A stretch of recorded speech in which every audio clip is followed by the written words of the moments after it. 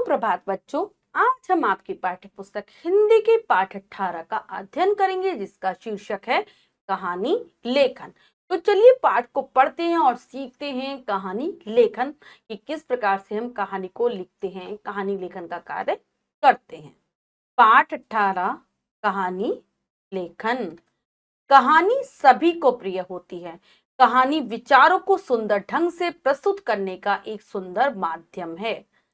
हम भी अगर चाहें तो कुछ बातों को ध्यान में रखकर एक अच्छी कहानी लिख सकते हैं। तो बच्चों, सभी को कहानी सुनना अच्छा लगता है। हम अपनी दादी, नानी, मम्मी, पापा से रोजाना कुछ ना कुछ कहानियां सुनते रहते हैं। और ये जो कहानी है, कहानी सुनाना हो गया, कहानी लेखन हो गया, एक बहुत सुंदर ढंग होता है अपने मन में उठने वाले विचारों को प्रस्तुत करने का, दूसरों के सामने दिखाने का, दूसरों को अपनी बातें बताने का। तो अगर हम कुछ बातों का ध्यान रखें, कुछ बातों का ध्यान रखेंगे तो क्या होगा, हम भी एक अच्छी कहानी लिखना सीख सकते हैं। तो हमें किन किन बातों का ध्यान रखना चाहिए वो पढ़ते हैं। कहानी लिखते समय ध्यान रखने योग्य बातें। तो पहली, कहानी रोचक होनी चाहिए, यानी कि जब हम कहानी लिख रहे हो तो जो हमारा, उस कहानी को जो पढ़ने वाला है उसको उसमें रुचि उत्पन्न हो, इस तरीके से लिखी जाए कि इंटरेस्ट बढ़े जो पढ़ रहा है उसका। कहानी की भाषा शैली आसान और साधारण होनी चाहिए। तो जो हम भाषा लिखें वो बहुत ही आसान होनी चाहिए, सरल होनी चाहिए कि सामने वाले को अच्छे से समझ आ जाए। कहानी में शब्दों और वाक्यों को शुद्ध रूप में लिखना चाहिए। तो जिन भी हम शब्दों का प्रयोग करें, जो भी हम बर्तन ही अपनी कहानी में लें, उसमें क्या होना चाहिए, वो शुद्ध होनी चाहिए, यानी कि उसमें कोई गलती ना हो और वाक्य भी ठीक प्रकार से लिखे हों, तभी सामने वाला उसको समझ पाएगा। कहानी में घटनाएं क्रमबद्ध रूप से लिखी होनी चाहिए। ठीक है, क्रमबद्धताओं का होना जरूरी है, यानी कि जो बात हमें पहले बतानी है वो हम पहले ही बताएं, यानी कि कुछ भी बताते चले जाएं, पहले वाली बात बाद में, ये सब गलत होता है। अब है, कहानी के अंत में शिक्षा जरूर लिखनी चाहिए कि जो हमने कहानी बताई है, सुनाई है, लिखी है, वो हमें क्या शिक्षा दे रही है, ये जरूर बताएंगे। अब है, नीचे कुछ कहानियां दी जा रही हैं, इन्हें पढ़कर कहानी लिखने का अभ्यास करो। तो कुछ कहानियां हम पढ़ लेते हैं जिससे आप सीख पाएंगे कि कहानी लेखन किस प्रकार से किया जाएगा। तो सबसे पहले जो हमारी कहानी है वो है दुष्ट भेड़िया। पढ़ते हैं। एक दिन एक मेमना नदी में पानी पी रहा था। एक भूखा भेड़िया भटकता हुआ उधर से आ निकला।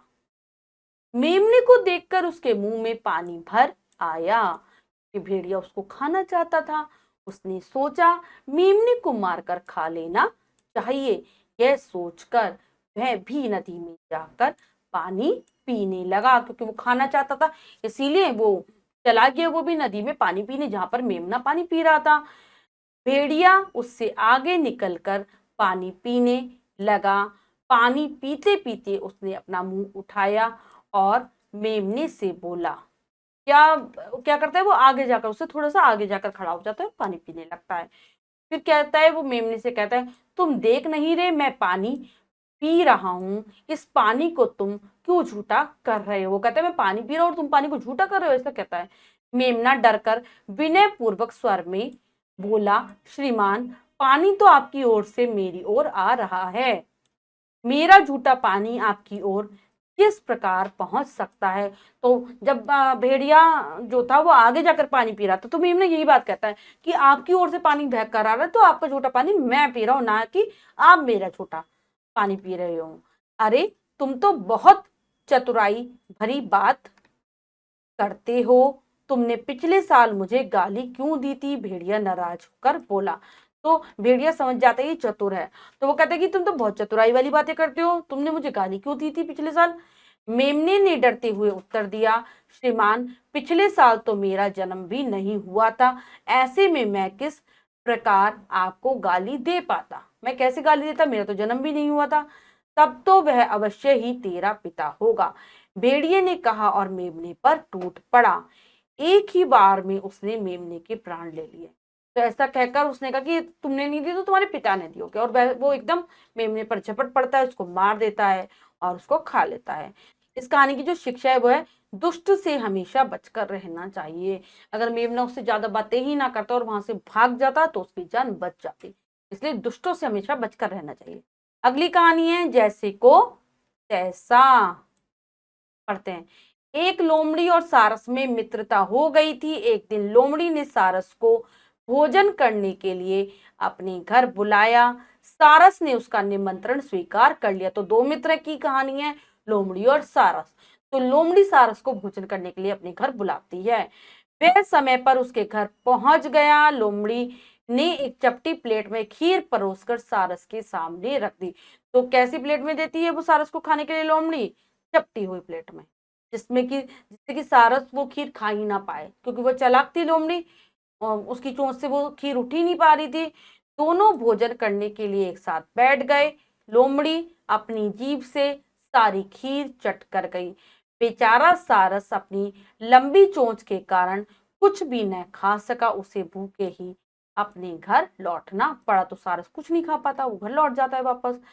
सारस वापस घर आ गया। वह लोमड़ी से नाराज था और उसे मजा चखाना चाहता था। उसे गुस्सा आ रहा था कि लोमड़ी ने उसके साथ कितना गलत व्यवहार किया, खाने पर बुलाकर उसको खाना ही नहीं खिलाया। उसने भी लोमड़ी को अपने घर दावत पर बुलाया। वो लोमड़ी को बुलाता है अपने घर दावत पर। उसने लंबी सुराही में मछलियां भरकर लोमड़ी के सामने रख दी और खाने के लिए कहा। तो वो क्या करता है, सारस एक लंबी सी सुराही लेता है जिसकी गर्दन लंबी होती है, उसमें रख देता है बहुत सारी मछलियां भरकर और कहता है लोमड़ी से खाओ। तो सारस अपनी चोंच सुराही में डालकर मछलियां निकालता रहा और खाता रहा। लोमड़ी का मुंह सुराही के भीतर न जा सका। वह बार बार कोशिश करती, परंतु उसका मुंह सुराही में न गया। वह केवल सारस को खाते देखती रही। तो लोमड़ी भी नहीं खा पाई कुछ भी, जैसे सारस नहीं खा पाया था। तो इससे जो हमें कहानी से जो हमें बच्चों शिक्षा मिल रही है वो है, जैसा व्यवहार आप अपने आप चाहते हैं वैसा ही दूसरों के साथ करना चाहिए। जैसे को तैसा मिल गया। जैसा लोमड़ी ने सारस के साथ व्यवहार किया, वैसे ही सारस ने लोमड़ी के साथ व्यवहार किया। अब अगले की जो हमारी कहानी है वो है नकलची बंदर और सौदागर। तो सबसे पहले हमने जो कहानियां पढ़ी उनमें हमने क्या ये देख पा रहे हैं कि वाक्य छोटे हैं, सरल है, आसान भाषा का प्रयोग है और कहानियों में रोचकता भी है। ऐसे ही आप कहानी लेखन का अभ्यास करेंगे। एक सौदागर शहर में टोपियां बेचता था। एक दिन वह दूर किसी गांव में टोपियां बेचने के लिए गया। तो सौदागर जो व्यापारी होते हैं उसका क्या काम था, टोपियां बेचने का। वो दूसरे गांव में जाता है टोपियां बेचने के लिए। रास्ते में वह थक गया और आराम करने के लिए एक वृक्ष के नीचे लेट गया। लेटते ही उसको नींद आ गई। नींद आ जाती है, वो आराम करने के लिए पेड़ के नीचे लेटता है और नींद आ जाती है। वृक्ष पर कुछ बंदर रहते थे। उन्होंने उसे टोपी पहने देखा। उन्होंने यह भी देखा कि उसकी गठरी में बहुत सी टोपियां हैं। तो बस बंदर तो नकलची होते, नकल करते। उन्होंने देखा सौदागर ने टोपी पहन रखी और इसके पास बहुत सारी टोपियां हैं। बस फिर क्या था, वे सब नीचे आ गए। उन्होंने टोपियों की गठरी खोल ली और टोपियां निकालकर सिर पर पहनकर वृक्ष पर चढ़ गए। सब टोपियां निकालते और पहन लेते हैं। थोड़ी देर बाद सौदागर की नींद खुली। जैसे ही उसका ध्यान गठरी की ओर गया, उसने देखा कि गठरी में से टोपियां गायब हैं। वो देखते हैं सारी टोपियां गायब हैं। वह घबरा गया। अचानक उसकी नजर वृक्ष की शाखाओं पर बैठे बंदरों पर पड़ी। पहले तो उसने सोचा पता नहीं कहाँ गई टोपियां मेरी सारी, कौन ले गया। लेकिन जब उसने देखा कि बंदर बैठे हुए हैं और उन्होंने टोपियां पहन रखी है, उसने देखा सब बंदरों ने टोपियां पहन रखी है। वह सोच में पड़ गया कि अब टोपियां वापस कैसे ली जाएं, क्या करूं मैं जिससे मैं इनसे टोपियां वापस ले लूं। ऐसा सोचने लगा सौदागर। उसने बंदरों से टोपियां वापस लेने के लिए उन्हें कई प्रकार से डराया धमकाया, लेकिन वे टस से मस न हुए। आखिर वह थक कर बैठ गया और कोई उपाय सोचने लगा। अचानक उसे ध्यान आया कि बंदर नकलची होते हैं। उसे याद आया कि बंदर तो नकलची होते हैं। फिर यह विचार मन में आते ही उसने अपनी टोपी उतार कर फेंक दी। उसकी टोपी फेंकते ही सभी बंदरों ने अपनी अपनी टोपी उतार कर जमीन पर फेंक दी, क्योंकि उन्होंने तो नकल करनी होती है। तो सौदागर ने अपनी टोपी फेंकी तो बंदरों ने भी अपनी टोपी फेंक दी। उसने सुख की सांस ली और सभी टोपियों को इकट्ठा कर खुशी खुशी अगले गांव की ओर चल दिया। वो सारी उठा लेता है टोपियां और गांव की ओर बेचने के लिए चला जाता है। तो इससे जो हमें शिक्षा मिल रही है वो है, जो काम बुद्धि से हो सकता है वह ताकत से नहीं, यानी कि कुछ ऐसे काम भी होते हैं जिसके लिए हमें बुद्धि की आवश्यकता होती है, ताकत की नहीं। तो वो ताकत से अगर बंदरों के साथ उनको मारता, कुछ करता, तो उसकी टोपियां नहीं मिलती, लेकिन उसने बुद्धि का काम लिया और टोपियां मिल गई। अगली हमारी जो कहानी है वो है आदर्श पुत्र श्रवण कुमार। तो चलिए इसको भी पढ़ लेते हैं। बहुत समय पहले की बात है, एक लड़का था जिसका नाम था श्रवण कुमार। बहुत पहले की बात है, बहुत पहले वाले समय में हुई थी यह घटना, मतलब ये कहानी बहुत समय पहले। ठीक है। श्रवण कुमार के माता पिता अंधे थे, उन्हें दिखाई नहीं देता था। तीर्थ यात्रा कराने के लिए श्रवण कुमार उन्हें कंधे पर उठाए चला जा रहा था। तो एक बार श्रवण कुमार के माता पिता उससे इच्छा व्यक्त करते हैं कि हमें तीर्थ यात्रा पर जाना है। तो तीर्थ यात्रा पर ले जाने के लिए जो श्रवण कुमार क्या करता है, वो एक गामड़ बनाता है और उसमें अपने माता पिता को बैठाकर उन्हें ले जाता है, अपने कंधे पर उठाकर उनको तीर्थ यात्रा कराने के लिए ले जाता है। मार्ग में उसे किसान मिला। किसान ने पूछा कि वे लोग कौन है, तो श्रवण कुमार ने बताया कि वे उसके माता पिता हैं। कोई किसान मिलता है रास्ते में, पूछता है कौन है, बताता है श्रवण कुमार माता पिता हैं। किसान ने फिर कहा कि अपने माता पिता को कंधे पर उठाने में काफी परेशानी होती होगी। इस पर श्रवण कुमार ने कहा, माता पिता की सेवा में कैसी परेशानी, जगत में माता पिता की सेवा से बढ़कर कोई पूजा नहीं होती। उसने कहा तुम्हें कष्ट हो रहा होगा उन्हें उठाने में माता पिता को, लेकिन वो कहता है नहीं, माता पिता की सेवा करने में कोई परेशानी नहीं होती, क्योंकि उससे बढ़कर कोई पूजा नहीं होती। ठीक है। तो इससे जो हमें कहानी से जो हमें शिक्षा मिल रही है वो है, हम सबको अपने माता पिता की सेवा करनी चाहिए। तो बच्चों, हमने कहानी को पढ़ा और जाना कि किस प्रकार से कहानी लेखन का कार्य किया जाता है। अब हम अभ्यास कार्य कर लेते हैं, क्या पढ़ा क्या सीखा में। तो बच्चों, यहाँ पर कुछ कहानियां दी गई है जिनको पूरा करना है। कहानियों को पूर्ण कीजिए। तो एक बार मैं आपको बता देती हूँ कि ये कहानियां आपको किस प्रकार से पूर्ण करनी है। कार्य आपको अपनी अभ्यास पुस्तिका में करना है और बहुत सुंदर सुंदर अक्षरों में कार्य को करना है। तो पहली कहानी जो है वो है हमारी एकता में बल है। पहली कहानी है ये हमारी। तो यहाँ पर बच्चों हमें कुछ कुछ पॉइंट्स दिए गए हैं, कुछ लिखे हुए हैं वाक्य, अधूरे वाक्य हैं ये, और इनके माध्यम से ही हमें अपनी कहानी को पूरा करना है, कहानी को लिखना है। ठीक है। तो एक बार मैं बताती हूँ कैसे करेंगे। जैसे पहला है, पहला वाक्य है, एक बूढ़ा किसान था। ठीक है। उसके 4 बेटे थे, लेकिन उसके बेटे रोजाना लड़ते रहते थे। किसान को बेटों का प्रतिदिन लड़ना अच्छा नहीं लगता था। उन्हें देखकर किसान दुखी होता था। ठीक है, यहाँ पे लिखा है ना, उन्हें देखकर किसान का दुखी होना। उन्हें देखकर किसान दुखी होता था। एक बार किसान बीमार पड़ जाता है और वह अपने बच्चों को शिक्षा देना चाहता था कि एकता मतलब साथ मिलकर कैसे रहे।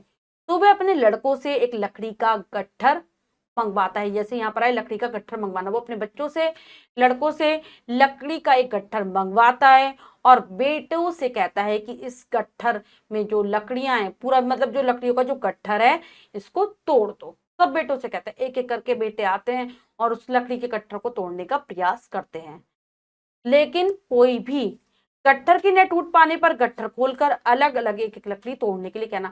तो कोई तोड़ नहीं पाता, तो वो क्या करता है, जब लकड़ियां का गट्ठर नहीं तोड़ पाते वो उस गट्ठर को खोल देता है और उसमें से एक एक लकड़ी निकालकर अपने बेटों को देता है और फिर तोड़ने के लिए कहता है। अकेली अकेली लकड़ी जब मिलती है, अलग अलग लकड़ी जब बच्चों को मिलती है, तो वो उसको आसानी से तोड़ देते हैं और लकड़ी टूट जाती है। तो अंत में किसान उन्हें शिक्षा देता है कि बच्चों, एकता में शक्ति होती है। कैसे? जब ये गट्ठर एक साथ था, तुम में से कोई भी इसको तोड़ नहीं पाया, लेकिन अलग अलग होते ही तुमने इनको आसानी से तोड़ दिया। तो अगर तुम सब मिलकर रहोगे, एक साथ रहोगे, तो तुम्हें किसी भी कार्य में कोई भी हरा नहीं सकता। तो इस कहानी से बच्चों जो शिक्षा मिल रही है वो क्या है? एकता में बल है। अगर हम एक साथ मिलकर कार्य करें तो कार्य अच्छे से पूर्ण हो जाता है। अगली कहानी है रंगा सियार। अगली जो कहानी है वो है रंगा सियार। तो रंगा सियार की कहानी हम कैसे पूरा करेंगे? तो रात के समय एक सियार का गांव में जाना। एक समय की बात है, रात के समय एक सियार गांव में पहुंच जाता है। घोर अंधेरी रात थी। तो वहां से जब सियार निकल रहा होता है तो अचानक से सियार रंगरेज यानी कि धोबी के टब में, वहां पर नील का पानी रखा हुआ था, उसमें वो गिर जाता है। ठीक है, टब में नीला रंग घुला हुआ था, जिसके कारण सियार नीले रंग में रंग जाता है और बाहर निकलने पर उसको पहचानना कठिन हो जाता है। तो सियार जाता है, वापस जंगल में जाता है और कहता है सभी जानवरों से कि मैं ईश्वर का भेजा हुआ दूत हूं, तुम मेरा आदर सत्कार करो। और वह जंगली पशुओं का राजा बन जाता है, उन पर रोब जमाने लगता है, उनसे शिकार के लिए अपने लिए मंगाने लगता है। एक दिन एक बूढ़े सियार को उस पर शक हो जाता है, वह सारे सियारों को बुलाता है और एक सभा आयोजित करते हैं, कहते हैं कि इसकी हम पोल खोलेंगे। और शाम के समय क्या करते हैं, सारे सियार जमा हो जाते हैं और हुआ हुआ की आवाजें निकालने लगते हैं। तो वो जो सियार था, जो नीले रंग में रंगा हुआ था, वो भूल जाता है कि वो सियार है और वह जोर जोर से हुआ हुआ उन सियारों के साथ करने लगता है, जिसके कारण उसका जो भय भेद था वो खुल जाता है और जो शेर होता है जंगल का राजा, वो उसे मार डालता है। तो इस कहानी से जो हमें शिक्षा मिल रही है वो है वेश बदलने से असलियत नहीं छिपते। ठीक है, इस प्रकार से हमने ये पूरा करा 2 कहानियों को।